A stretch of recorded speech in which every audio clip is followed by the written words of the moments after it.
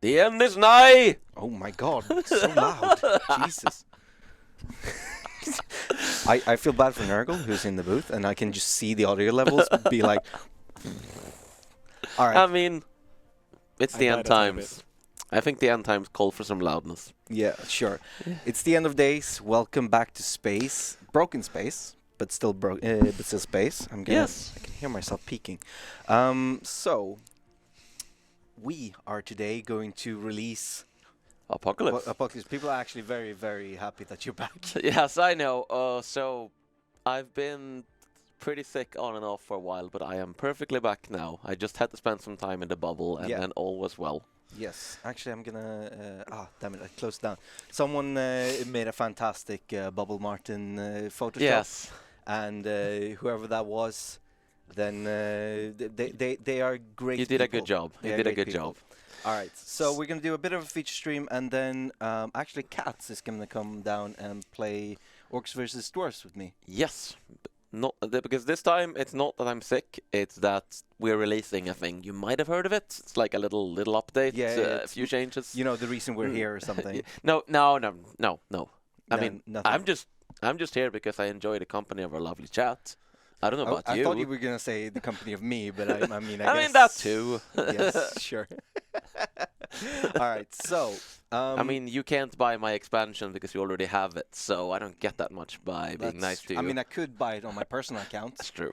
But where, to be fair, I only have up to Utopia, because that's when I got those codes. So, when you start out Stellaris Apocalypse, I can still see the sun going through on the green screen. Yeah, Stellaris 2.0, either way, whether you have Apocalypse or not, you will actually get a sort of first-time pop-up, or rather a pop-up on start until you decide not to see it anymore, that tells you things have changed. And I imagine if you're in chat right now, this will not come as a surprise to you. We can go... I don't care about the sun. The sun is going to just ruin everything. Nurgle just... Curse the sun. It'll just be there, and yeah, curse the lights.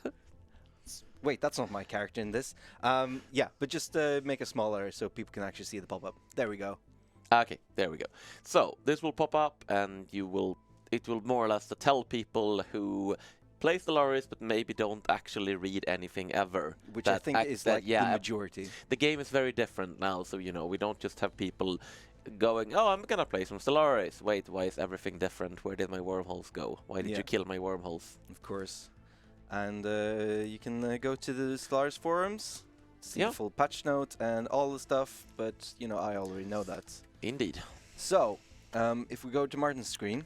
Yes. We already have a game in progress where we've met all the people and we have all the technologies. I've set this up for you. I mean, not all the technologies. You don't have the repeatables. Sure, but that's going to be hard to research all of them. It's not that hard. No. But anyway. So, yeah.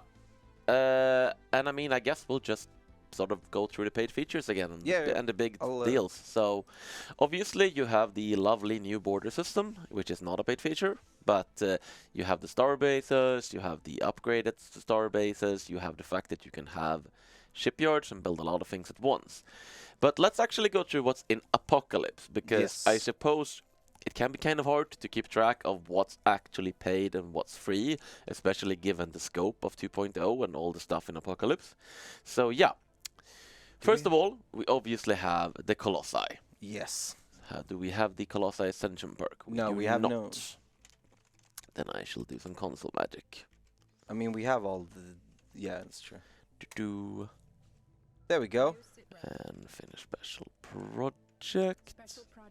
Yay. Now we have the Colossus. And research technologies 1. So we get all of the Colossi. In 2200. Yeah, I mean, I'm just that good. Yeah, it seems legit to me. This is why you need me on these streams. It's for my skills. Exactly. Alright, instant build, I think, yeah? Indeed. Let's go ahead and upgrade you. And you will need a Colossus assembly yard if your shipyard is to build Colossus. Yes. And we will build an Alright, let's design it first. Yes. So, we have a bunch of different Colossi weapons, with nicely color-coded here. We have the World Cracker, the Global Pacifier, and the Neutron Sweep. And I feel like we've shown off the World Cracker a whole lot. Not that it isn't amazing. Yeah. Because it is, but I do think people might want to see one of the other weapons? Absolutely. I think last time we all the animations weren't in, but we can show off that. Yeah, everything is in now. And I mean, it's release day. Are these the only types of Colossus weapons? No, there's also 2 more. It's just that we don't get them because of our type of empire. There is the Divine Enforcer, which is a psionic weapon that converts everyone to spiritualist. It's only available to psionic spiritualists and kills robots. So you can basically go around and turn everyone spiritualist. And you can also use that on your own planets, because, you know, if there's people who don't believe in the great Zooks, then, you know, they should obviously be believing in the great Zooks. Of course. And maybe they built like a robot at home or something, and you know, that's disgusting. We can't do that. That's disgusting. All right. But yes, let's go. Oh, we already have communications. Survey sensor. And we are going to completely, legitimately own this sun and have a pop living on the sun, which is definitely not console hacks. Of course not. Yes. Why would you be running with console hacks? And I am actually going to deal with the migratory flock here. I feel slightly sorry for them. They're like the nicest possible AI personality. Yeah, well, it's a shame that they weren't as good as... it's just the way it had to be. As they could have been. Let's face it, it was unavoidable. Sure, why not? Really, I'm the victim in all of this. Yeah, absolutely. Like, what else would you be? There we go. We have a small fleet here of 160 fleet power. And we have a Colossus. Oh, right, instant move does not work, and I really need to fix that sometime. Oh, well, they're not far away. No, it's fine. So, yes, we will display the neutron sweep, which... let's just turn off AI. Yeah, okay. So they all stop closing borders to me. They're mean. Yes. What did I ever do to them? I don't know. Besides build a weapon designed to wipe out the sapient populations of entire planets. Yeah, I mean, no biggie. It feels very... it feels legit, yo. Yes. All right. But of course we have the Colossus, and I also built a Titan, which is right here. You can see the humanoid Titan, which is honestly, which one I think... is it? It's this one is actually my favorite. I love the sort of railgun deal to it, where it looks so awesome when it fires. So the Titan is essentially a flagship. It is a really big ship. It has a Titanic class weapon, which, you know, fires through that section, and basically makes Tachyon lances look like red lasers. It also has lots of large slots. It has a ton of like health and armor and shields. It's got 14,000 hull points, 7,000 armor, 7,500 shields, and it also projects an aura. So it can either debuff enemy ships or buff the fleet that it's leading. All right. Obviously, if your admiral's in the fleet, he or she will also be on the Titan, or it if you're playing a fungoid. Of course. Will also be on the Titan and will only be able to die if the Titan is destroyed. That sort of deal. They're basically really big flagships. Yes. What? You can see it. Check that. I love that.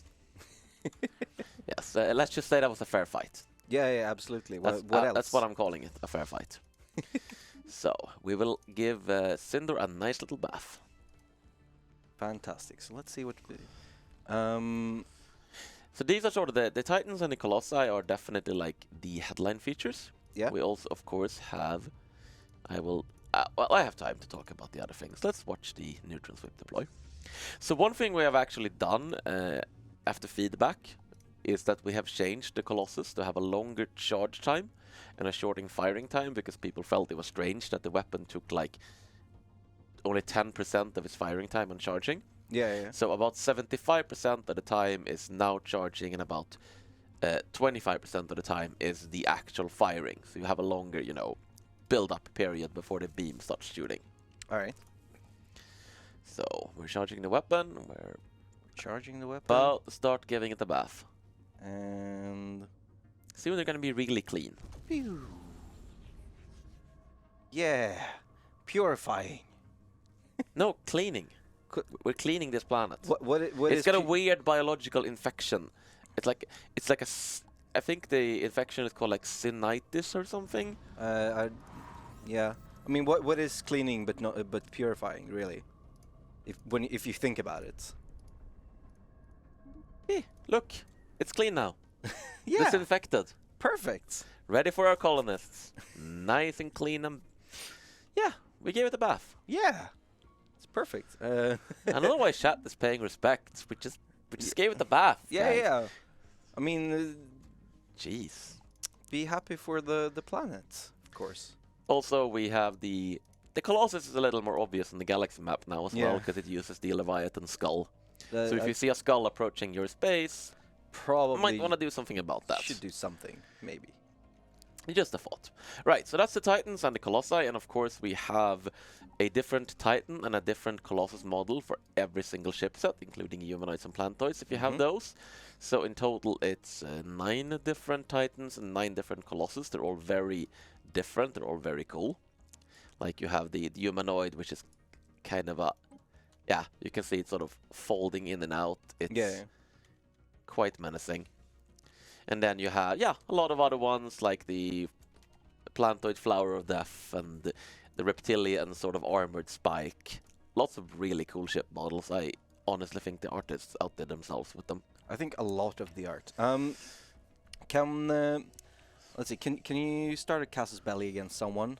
Because something we've noticed during the streams is that we're on, our 3rd iteration of Casus Belli icons, I think? Yes. So just make a claim on someone. Yes, can do. I will just open you. I want to make a claim. Boom. And if you... So there we have the new Casus Belli icon, which is different from the dead bird, although I love the dead bird. I mean, the dead bird was amusing, but honestly, it did not look great. So yes, this is the Casus Belli now. And then we had something just a couple of weeks ago, actually, on stream. We noticed the then current Casus Belli icon, and this is the new one. Yes, this is the one you will actually release with. Yes. Okay, so another feature, of course, is the Marauders, which are everyone's favorite. Well, one of them is everyone's favorite screaming people. The Marauders are essentially space Mongols. You can set how many of them you want to spawn. The maximum depends on the galaxy size. You can have up to 3. They occupy a handful of systems. They have no planets, but they have lots of stations, a lot of fleets. You don't really want to go into a Marauder system unless you really have a good, strong mid to end game fleet. No, it's... So they will raid, they will demand tribute. You can pay them to raid other people, in which case they actually become temporarily allied to you. Ooh. So they can, you can have them raid someone and go through your space getting there, and you won't be hostile to each other while you have sponsored their violence.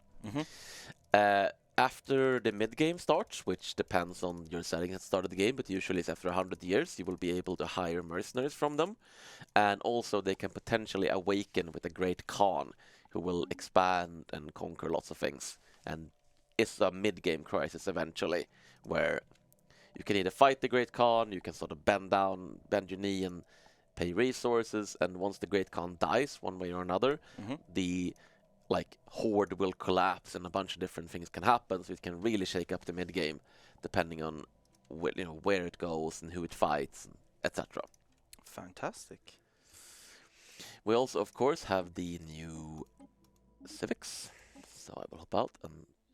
We have the Barbaric Despoilers, which have actually been changed a little bit. We felt they were a tad weak, so we removed some of their restrictions. They can now only not join federations or form migration treaties. They can form defense pacts and so on. And we also gave raiding stands a bit of a buff, so you're actually guaranteed to steal a pop if you can now. Nice. When you raid when you're bombarding a planet and reaches 100% damage. So that's fantastic. If you use it right, it's a really good way to get the slaves for no influence, essentially. They also obviously have the Casus Belli. They require much different ethics, but yeah, they're... If you want to play as the Space Mongols, essentially. Yeah. I've been having a lot of fun with that, and of course, this is the thing you're playing. Well, you haven't been playing on stream. No, that's the thing. Other versions of me have been playing. Yeah. It's History Wiz, and I'm not sure what the next Wiz is going to be, but... it's up to chat, right? Figure it out. I heard them call you a discount Wiz, which sounded really mean. Yeah, that was super mean. Be nicer, chat. I was hipster whiz for a bit. That works. Yeah. So if we go into my screen, I've been setting this up right now. So we have the Colossus here with the Divine Enforcer. Nice. And I just happened to start right next to this nice fanatic materialist empire. Let's change them. Let's change their minds. So let's shine Divine. And we'll do this like this. So it deploys. Let's do it a little bit faster. This is avian chipset, I believe, yeah? The avian Colossus. It's basically the best looking and most intimidating fidget spinner ever made. Whoa. That's cool. That's really mean. That's super Cut it out, not gonna even name you, but damn. Alright, let's see. How are we doing on time? Alright. We're charging weapons. Charging. And charging some more. Additional charging. Yeah, but one strike craft in. Yeah. I can. I mean, I don't think I really have to show it because people have seen it before, so I can talk about life seeded a little bit while. Absolutely. I guess it's gonna fire soon. Yeah. It's not a big deal. But yes, Apocalypse also adds a bunch of new civics. It adds a bunch of new ascension perks.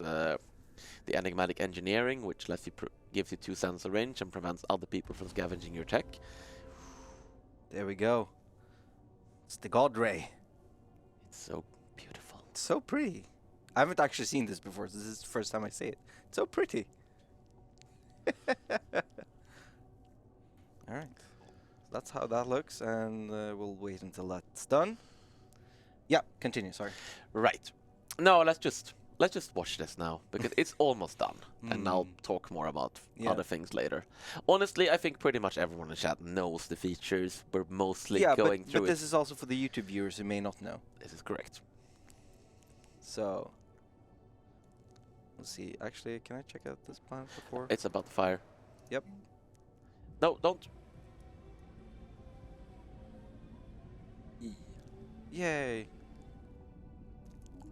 They are now all spiritualists instead of materialists. Yes, they have been psionically persuaded, as we call it. Yeah. Yeah. So any mechanical, machine, or hive-minded pops are destroyed, and all biological pops are spiritualists. And a tiny little bit of spiritualist ethics attraction added to the planet. A little bit, just a little bit. A little bit. Just in case someone moves there and they're not a believer. All right, fantastic. Beautiful. All right, let's go back to my screen.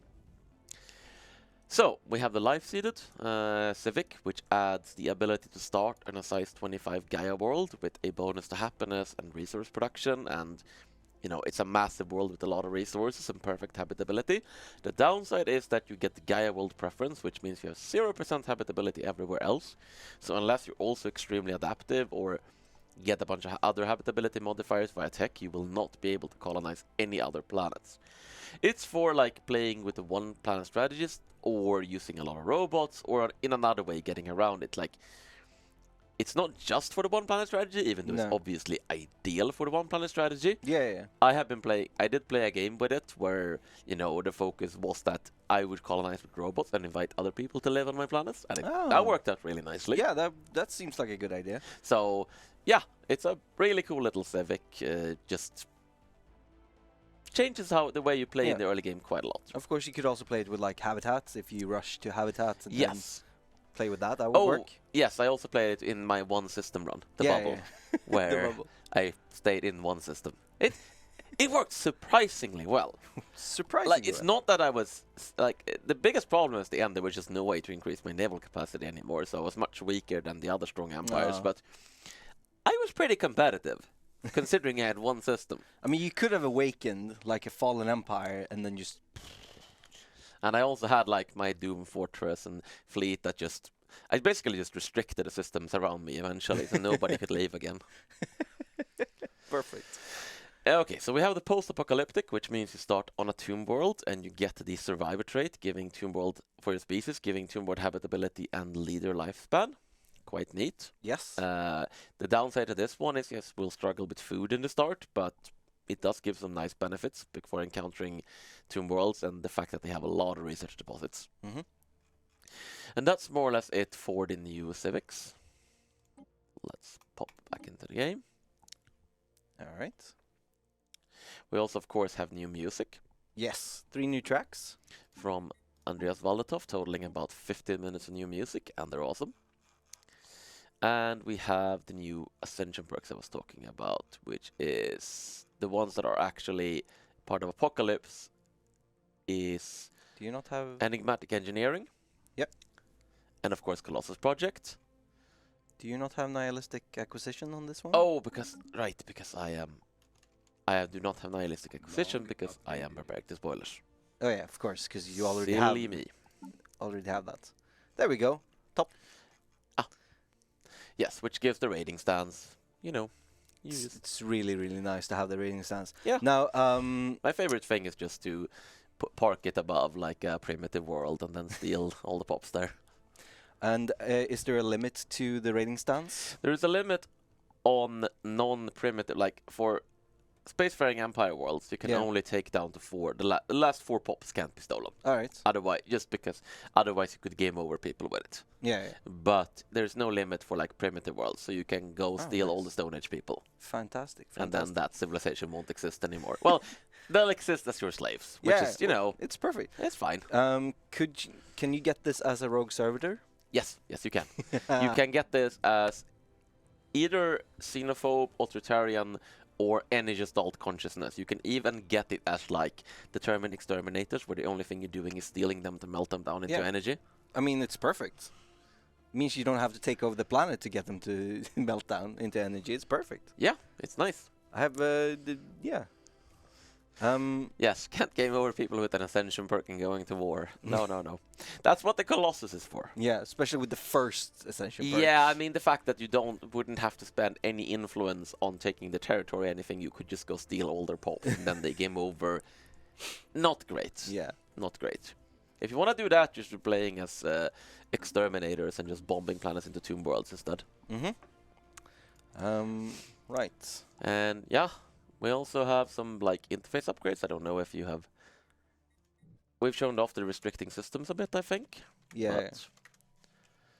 Did you turn off AI? Oh no, sorry, restricting systems, of course. Yes. Shows a bit better now. Yeah, that is so much better. Also, it's not next to the galaxy map button anymore, which is. Yes. Also, because you would accidentally click it. Yeah, also, this didn't make it for release, but for like whenever we update next, the system will also turn red on the map. Oh, so you will be able to see that. That's perfect. Which is, a consequence. It's a thing we did after feedback. Yep, and there you can see hyperlanes being different colors, because we don't have access to that part of space. Yeah, the archivists, they don't like us. Ooh. Jerks. That's the continuity. Yes, that's more or less the paid features, I think. Fantastic. We also have something made by a wonderful artist.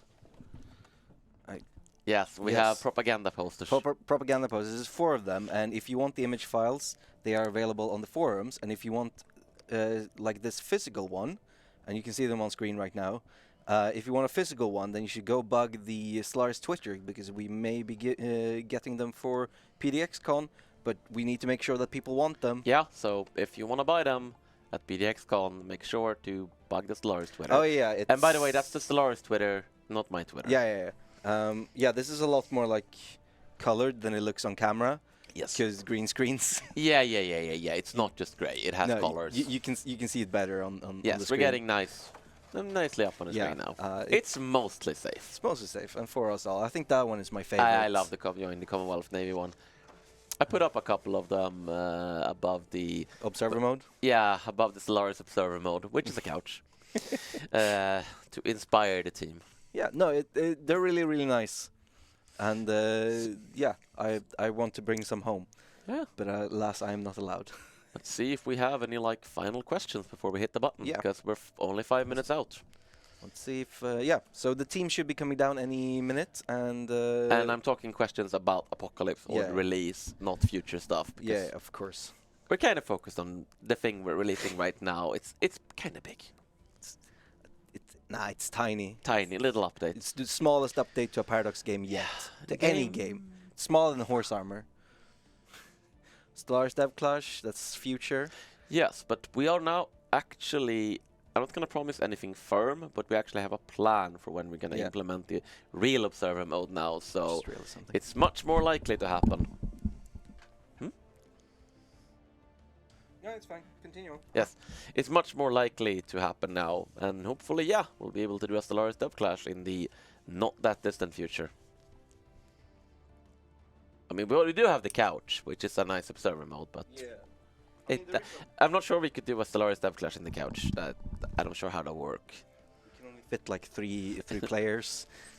Then we'd all be playing on LAN. We'd have to have a camera behind them. Sorry, Tracker, I cannot run through all the free stuff in it's too much. 4 minutes.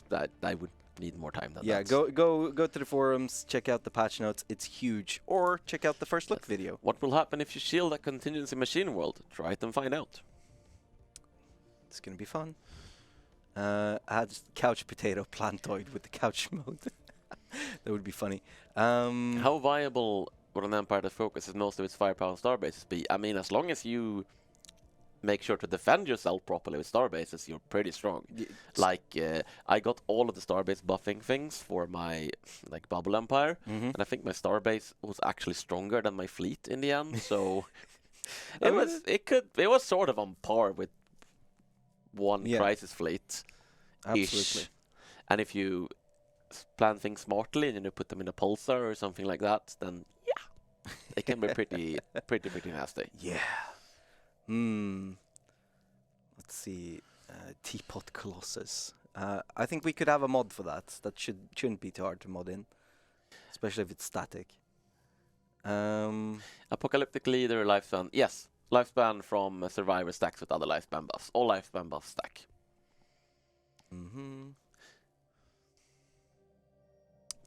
I think the team is on its way in. Okay. Yep. They're being very timid. I think they're waiting for Jamie. Oh, okay. Well, he's through it because Jamie is upstairs. He's hitting the button, yes, but he specifically requested that we don't do the whole pop confetti without him this time. Absolutely. So we'll bring them in when Jamie arrives. That way we won't have everyone awkwardly sitting here waiting for him. All right. Will there be discounts? I don't know, but check out paradoxplaza.com. Yes. All right, we're being knocked. Wow, the Stellaris team is so nice. Knocking and shit. Very polite. No one has ever knocked in the streams before. And let's switch to the other microphone. I don't know if it's even plugged in. Check on the back. Yep. It's the green cable. It says Sennheiser on it. All right. Should be plugged into 3. I'm giving you the honors. Make sure to hold it straight up. Yep. And so you grab a hold of it, firm hold, and then you twist the bottom and don't aim it at your face. Yes, aim it. Jeez. And hold on. Sounds reasonable. Hold on. Yeah, I'm waiting. Don't hit anyone. Sweet. Let's try and get through this without casualties. Yeah. This time. Forward change. All right. So there's a lot of people in here. Yep. And Stellaris Apocalypse, is it out? It's out, man. It's out. Yeah. It's out. Shoot confetti.